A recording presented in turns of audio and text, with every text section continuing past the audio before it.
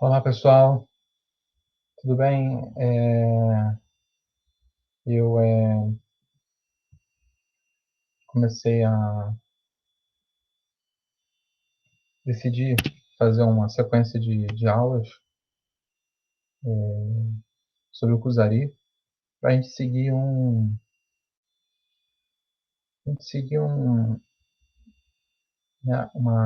linha de pensamento.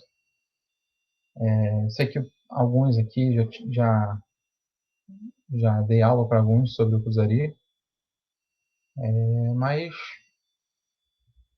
para a gente alinhar aí com quem ainda não teve aula sobre o Kuzari, eu vou começar a falar um pouco sobre esse livro.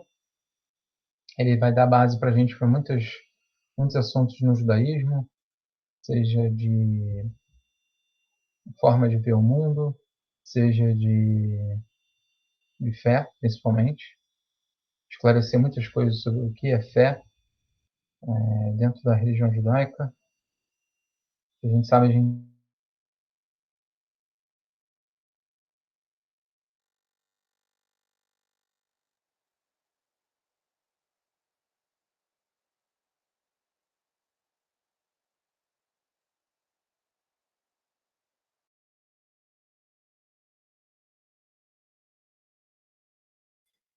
A nossa, aliás. E eu acho que esse livro é sensacional para esclarecer muitas coisas com relação a tudo que é tipo de assunto dentro do judaísmo, tá? Esse livro é um livro bem básico dentro das Yeshivot. Todas as Yeshivot praticamente estudam Kuzari. Sejam Yeshivot Litaí, ou seja, que vem de uma escola de ensinos da Europa, seja assídica, e também os Sefaradim. A gente vai ver que Rabi Yehuda Levi, que foi quem escreveu esse livro, ele vivia na Espanha, né? Para quem não sabe, Sefaradi, o termo Sefaradi veio porque os judeus que saíram da Babilônia acabaram se refugiando na Espanha. E Espanha, em hebraico, se chama Sefarad. Tá? Só para a gente ter como base isso. Tá? Então, quando a gente vê aqui, o livro Kuzari, título original dele, O Livro da Refutação e Prova de Apoio à Religião Desprezada. É um título bem forte.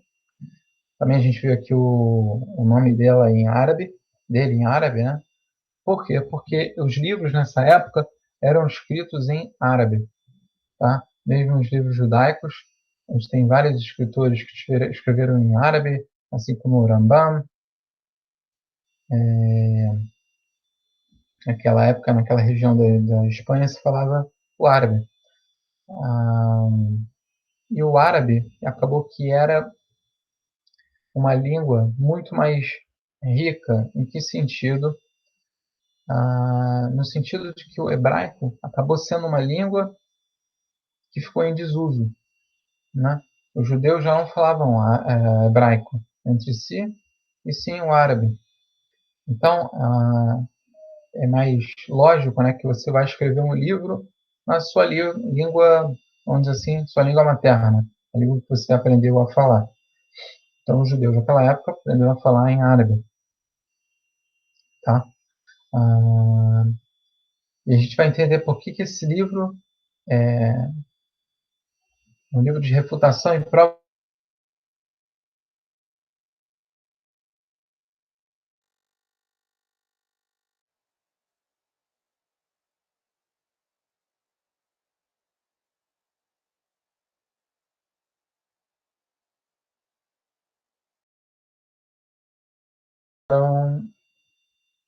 ficando sem um lar nacional, tá?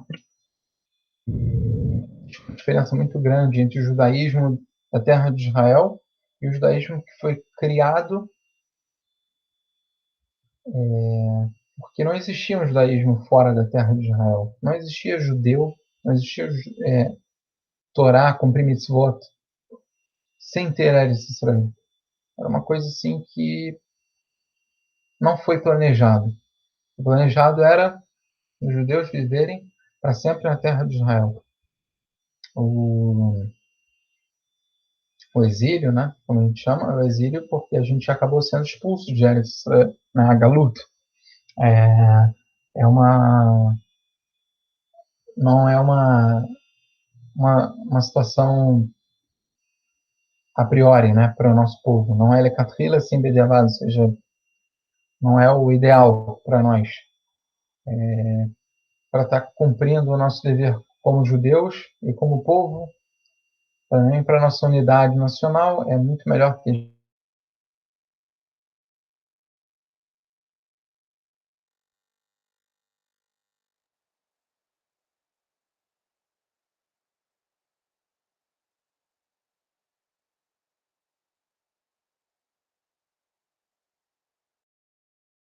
ensino nas estivot que a gente conhece hoje em dia, né?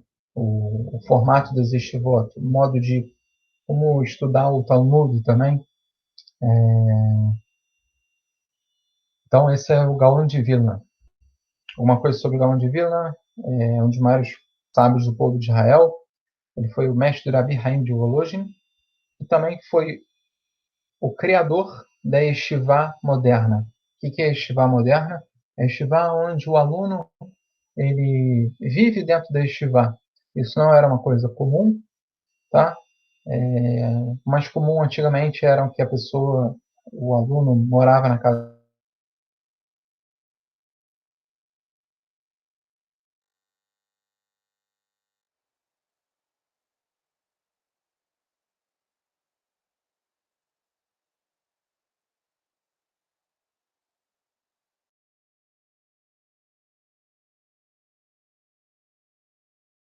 O Gaon de Vilna, ele disse que é um livro Kadosh Vetahor, ou seja, um livro sagrado e puro.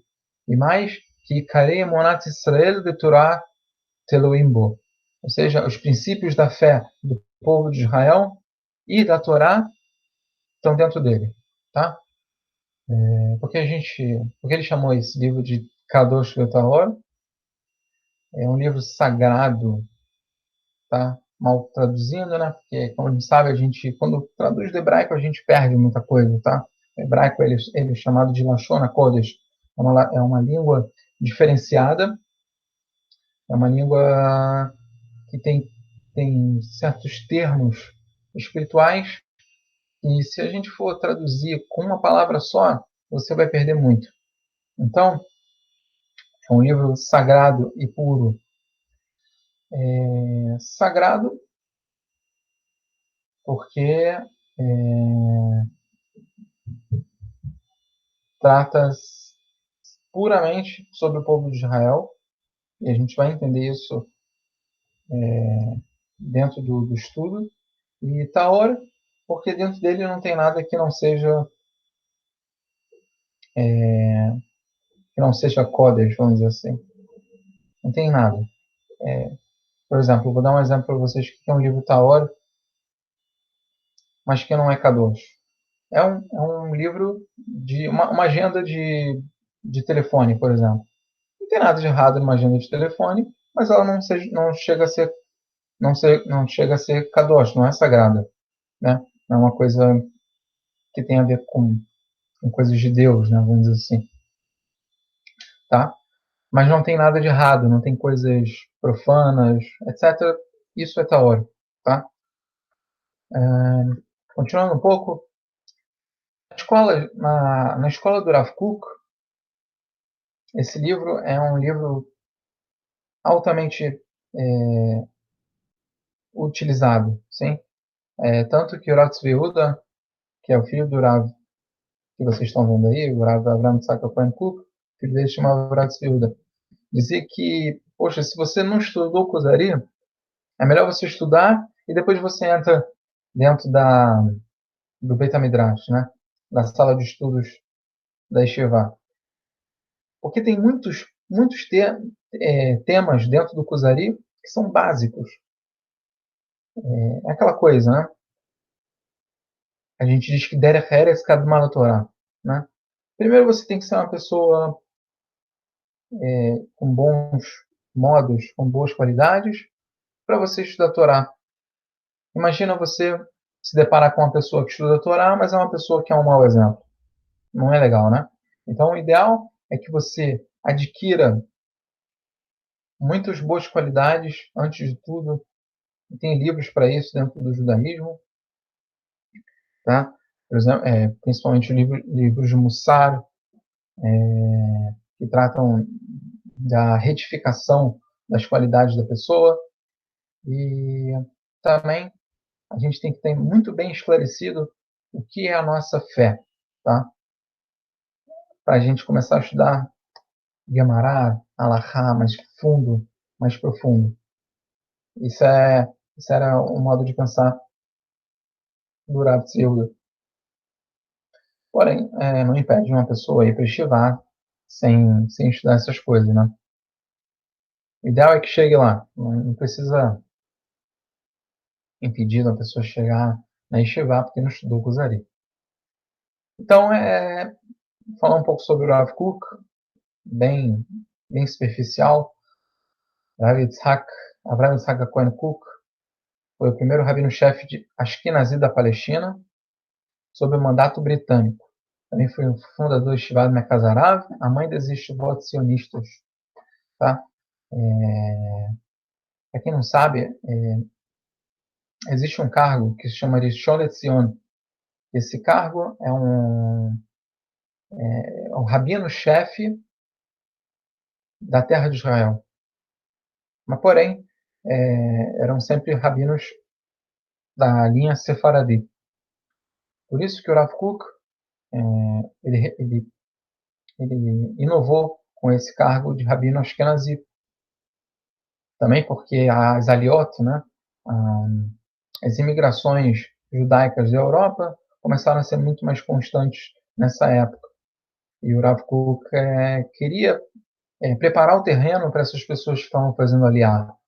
Né? A pessoa que fala a mesma língua que ele, o Yiddish, o polonês, o russo, o Rav Kook queria preparar a terra de Israel para receber esses Yudim da melhor forma possível. Ele também estudou na Yeshiva de Volojin, que a gente acabou de falar sobre ela, que é a mãe das Yeshivot lituanas, né? E a gente vai entender, só para a gente, rapidinho, a gente entender o que é Yeshivot sionista. É justamente isso. A visão do Rav Kook era que deu suficiente dos judeus viverem na Galuta, agora chegou o momento em que as portas da Eretz Israel se abriram.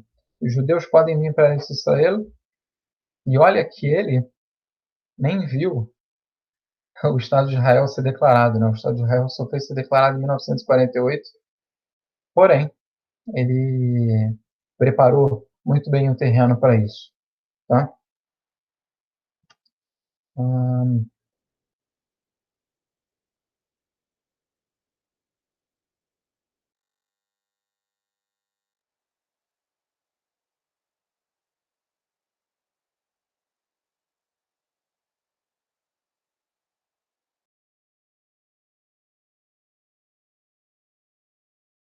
Com a tranquilidade completa da alma, sendo que ele recebe isso completamente sem sofrer com isso. Ou seja, receber a emuná com todo o coração, viver ela, tá? Viver a fé. Isso é muito mais forte do que somente ter confiança, é você viver, né? Viver a fé. Tá? E nada mais forte, né? Assim, o contexto de que o Rav Kook falou isso, viver a fé é você estar em Eretz Israel.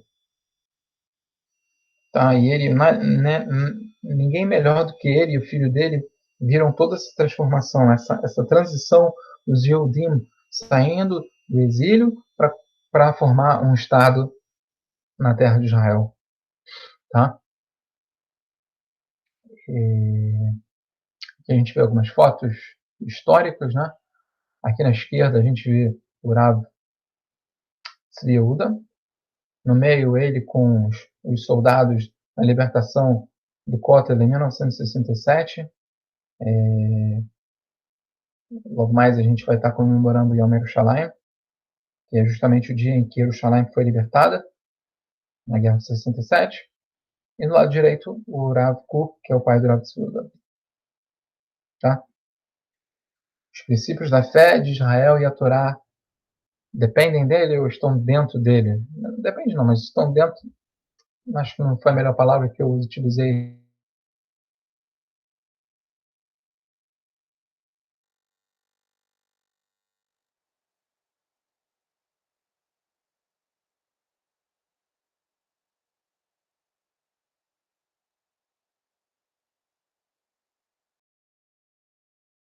Israelita, ou seja, dos judeus na terra de Israel.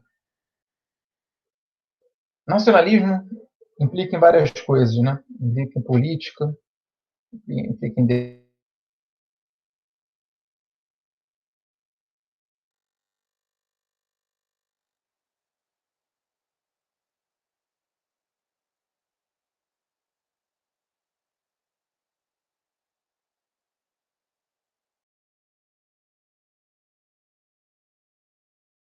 uma pessoa que se converta ao judaísmo que não faça parte do povo de Israel.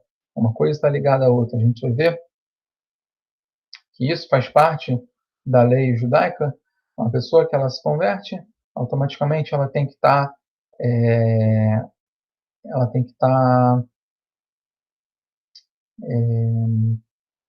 aceitando ser parte do povo de Israel, tá?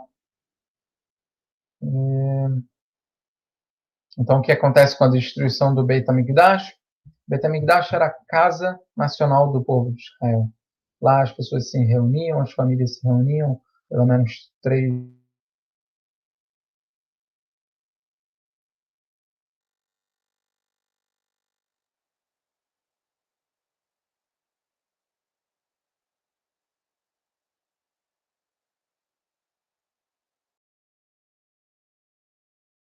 iam vir até Jerusalém para trazer oferendas, tá? Então era um lugar muito central do nosso povo, o Beit HaMikdash. E, para quem não sabe, dentro da nossa reza, nós rezamos 3 vezes ao dia, e 3 vezes ao dia nós pedimos a reconstrução dessa casa nacional, que é o Beit HaMikdash. A casa onde a gente se reunia, mas também era uma conexão entre o céu e a terra.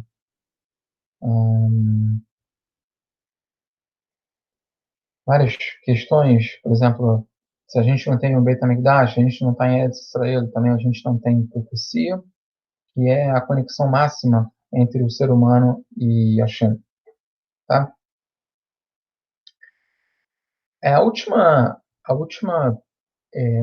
momento soberano militar do povo de Israel foi a revolta de Bar Kokhba, tá? Que os judeus se revoltaram contra os romanos, tá?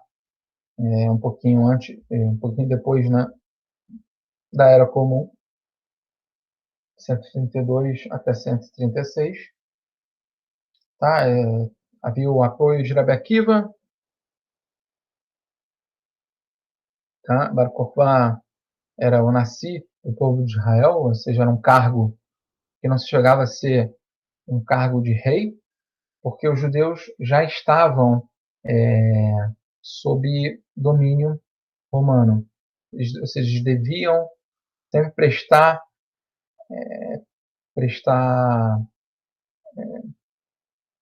contas, né, ao Império Romano, etc. E depois disso, a gente nunca mais voltou a ter um governo 100% judaico na terra de Israel. Tá? Aqui algumas medidas, né, que os romanos tomaram naquela época. Imediatamente eles mudaram a moeda do local, também dizendo que o imperador Augustus, né, ele seria o imperador de Judá. E mais para frente trocaram o nome de Jerusalém para Aélia Capitolina. Ou seja, isso era uma estratégia romana de tirar a identidade judaica da terra de Israel. tá? Para que houvesse a hegemonia romana, eles queriam que fosse isso para sempre, né? Mas, graças a Deus, isso não deu certo, tá? No meio a gente vê uma ilustração do que seria a destruição do Beit HaMikdash. Esse do centro é o Mizbeach principal, é o altar principal do templo, tá? Seguindo um pouquinho. Então, continuando falando um pouco sobre as lideranças judaicas. Isso tudo eu estou falando, pessoal, para a gente ter um contexto, para a gente começar a estudar o Kuzari e entender por que o Kuzari é um livro-chave, um livro crítico para o momento que ele foi escrito, tá? A gente vê Rabi Yehuda Hanassi, também, que foi, na época dele, que foi fechada a Mishnah, né? Que é um dos livros,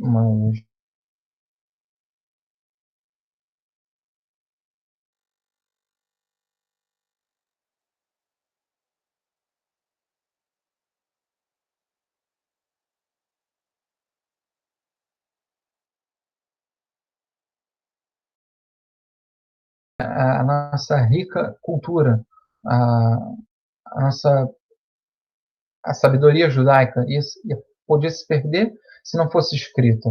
A gente sabe que até aquele momento toda a sabedoria judaica, tanto no tocante às leis, como ensinamentos para a vida em geral, eram todos passados de aluno, de mestre para aluno, né? Dentro das casas de estudo, tá? Também a questão da Nessiut, né? Foi cancelada pelos bizantinos, 350 depois da Era Comum. E aí nós vemos que com a perda da Nessiut começa realmente a Galut. Os judeus começam a se dispersar e ir para tudo que é tipo de lugar no mundo, tá? Porém, ainda um cargo de liderança para o povo inteiro continua, que é o Reis Galuta. Ou seja, seria um símbolo nacional, uma lembrança do quê? Uma lembrança do que era Eretz Israel, tá? Continuava também subordinado ao rei da Pérsia, porém ele era o rei dos judeus do mundo inteiro, tá? Também continuava a questão da descendência do rei David, tá? Que era a dinastia, né? Olha os poderes que haviam. Só para a gente ter também um contexto histórico, naquelas épocas não existiam constituições como a gente vê hoje em dia, advogado, todo mundo segue uma, né, uma constituição, uma lei, etc. Não. Então os judeus tinham o seu próprio código de leis, etc. E o Reis Galuta, ele continuava podendo podendo decidir sobre pena de morte, que na SOT seriam multas, haramot, ou seja, afastar uma pessoa por não ter um comportamento bom, afastar ela da comunidade, etc. E o último Reis Galuta foi o Rav Hizkiah ben David, tá? Ele foi morto em 1056 pelo Khalif muçulmano da época, e naquela mesma época foram destruídos os estivot de Surá e Pompedi, tá? Que eram os maiores estivot da Babilônia. Para gente saber, pessoal, um Khalif, ou em português califa, ele é o substituto de quem? De Maomé na Terra. Ou seja, desde aquela época, os muçulmanos já faziam problemas para o nosso povo, tá? Já traziam, já nos tratavam já como segundo, né, cidadãos de segunda classe, etc. Ou seja, esse é o califa. em 56. O que é que acontece então, pessoal? Os judeus, sentindo que eles não têm quem os defenda, eles não têm mais uma terra, eles entram numa fase de depressão nacional. Ou seja, como a gente botou aqui, sem um centro nacional, um governo, um centro espiritual. Jerusalém está destruída, Beit HaMikdash está destruído. Toda, toda a nossa vida, que a gente conhecia como vida, foi destruída. Tá? Imaginem vocês, uma pessoa, óbvio, mantendo todas as diferenças e tal, mas um pouco parecido com um judeu que vivia lá na Polônia, uma vida totalmente rica de judaísmo, etc. Depois do Holocausto, ele chega, volta lá, não tem mais nada. Parecido com isso, eu só estou trazendo isso um pouco para um contexto da nossa geração, tá?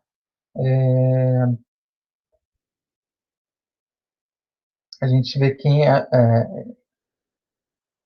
a gente está chegando agora na geração do Rif, Rabi Yitzhak Alfasi, um dos grandes, grandes sábios do povo de Israel.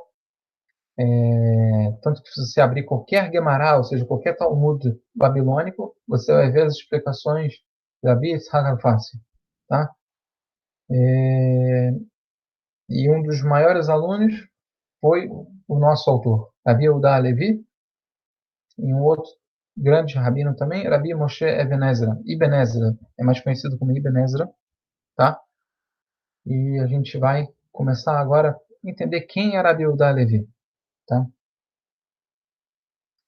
A gente vê aqui a fim dos Geonim, tá? A gente, no próximo aula eu explico um pouco para vocês o que são os Geonim, todas as gerações dos sábios desde a destruição do Beit HaMikdash. E ele nota o ponto em que um povo parou de ser um povo. Como é que um povo pode parar de ser um povo, né? Como a gente falou, éramos um povo com terra, um lar, um centro espiritual. Estávamos na nossa terra, a terra que Hashem nos deu, etc. E agora estamos dentro de uma cultura estranha, pessoas que não falam a nossa língua, pessoas que não são da mesma religião que nós. Então, o judaísmo perde o lado de povo, de nação, de terra, e a gente só fica com a questão da religião. Ou seja, o judaísmo começa a funcionar somente como religião. Tá? Os judeus só se juntam para rezar, para casamento, para morte, estudo, mas não para viver, para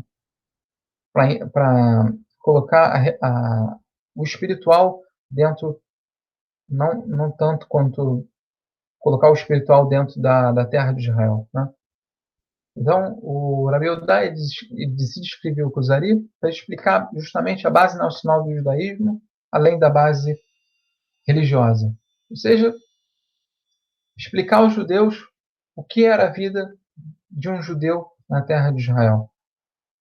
Como o judaísmo sobreviveria entre as correntes, né, da época. Né? Se a gente for lembrar lá das nossas aulas de história, né, o que era a Península Ibérica naquela época, a gente tinha muçulmanos, cristãos, porém os árabes também eram muito influenciados pela filosofia aristotélica. Né? E basicamente o Kuzari, ele vai se basear nesse contexto, né, de islamismo, cristianismo, filosofia e judaísmo para explicar o judaísmo. Né? Dentro de tudo isso, dentro de toda essa sopa de religiões, o que a gente pode tirar de bom? Ou o que o judaísmo tem a dizer sobre tudo isso? Né? Eu vou deixar a gente continuar para a próxima aula.